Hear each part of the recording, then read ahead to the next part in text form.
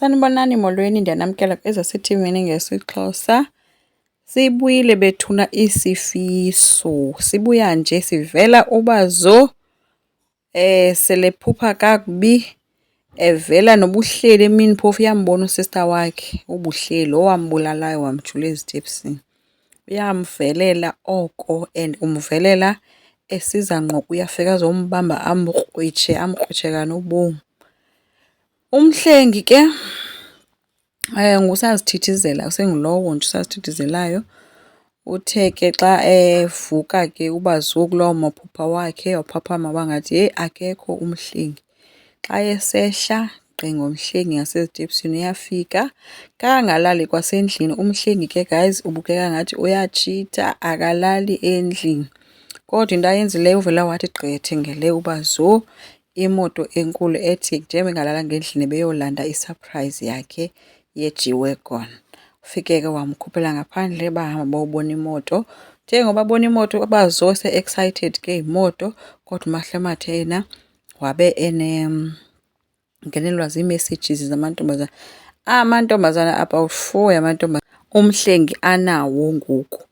Ii-messages ziyalandelelana ziyamncoma ke, ezinye zincoma into yoba angabe ubazo uhlamba ngantoni le yenza into balala eca kwendoda enuka kamnandi njengomhlengi.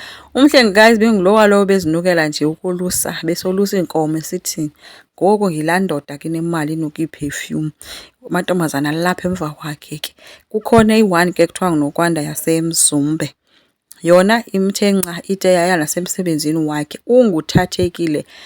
Uthe kuringa ifowuni yakhe umhlengi akathatha fowuni, wathatha istapler waphendula istapler ethi uphendula ifowuni because ilihlo lakhe lijonge ngqo uNokwanda lo avele wamenza wanguthathekile wayinto.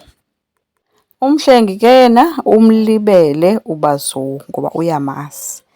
Ize yena uNokwanda akamazi ubazo uba uzawumenzani.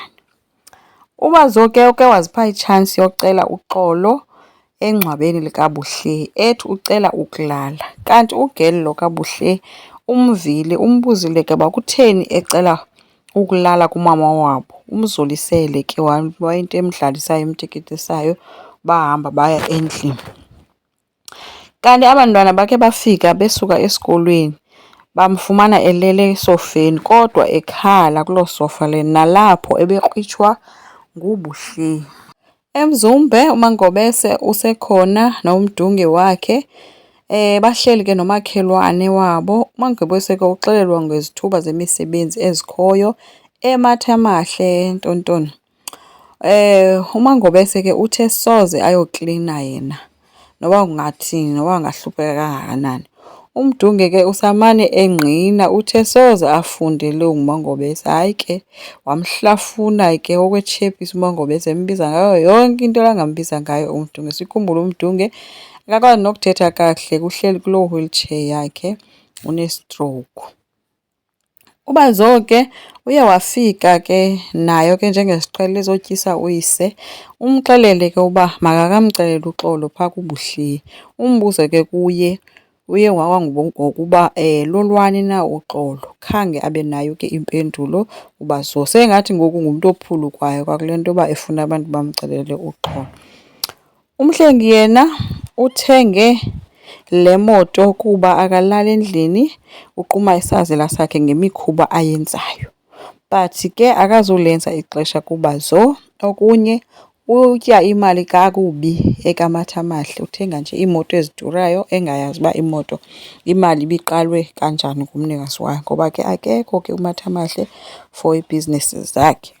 Ubazo ke uke waya nakwisangoma ke xa ebebalisele ubrother wakhe uXolani uba uphupha kakubi, uphupha usisi wakhe. Wathi uXolani ikhona isangoma saziyo makaye kuso. Uyile ke kwisangoma. Afika isangoma samxelela ke into yoba no, wena kwakuthiwe yenza u-1 no-2 zange uwenze. Hayi ke wafika nalapho nangoku waphakama. Sathi isangoma hayi akunamsebenzi kodwa ke ungahamba wena nguwe ungalaliyo thina asinangxaki.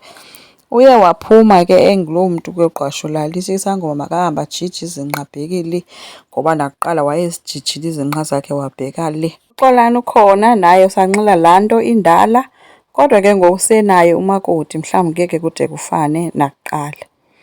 Enkosi ngicela siqhubeke, subscribe, silike, singakhomenta futhi bye.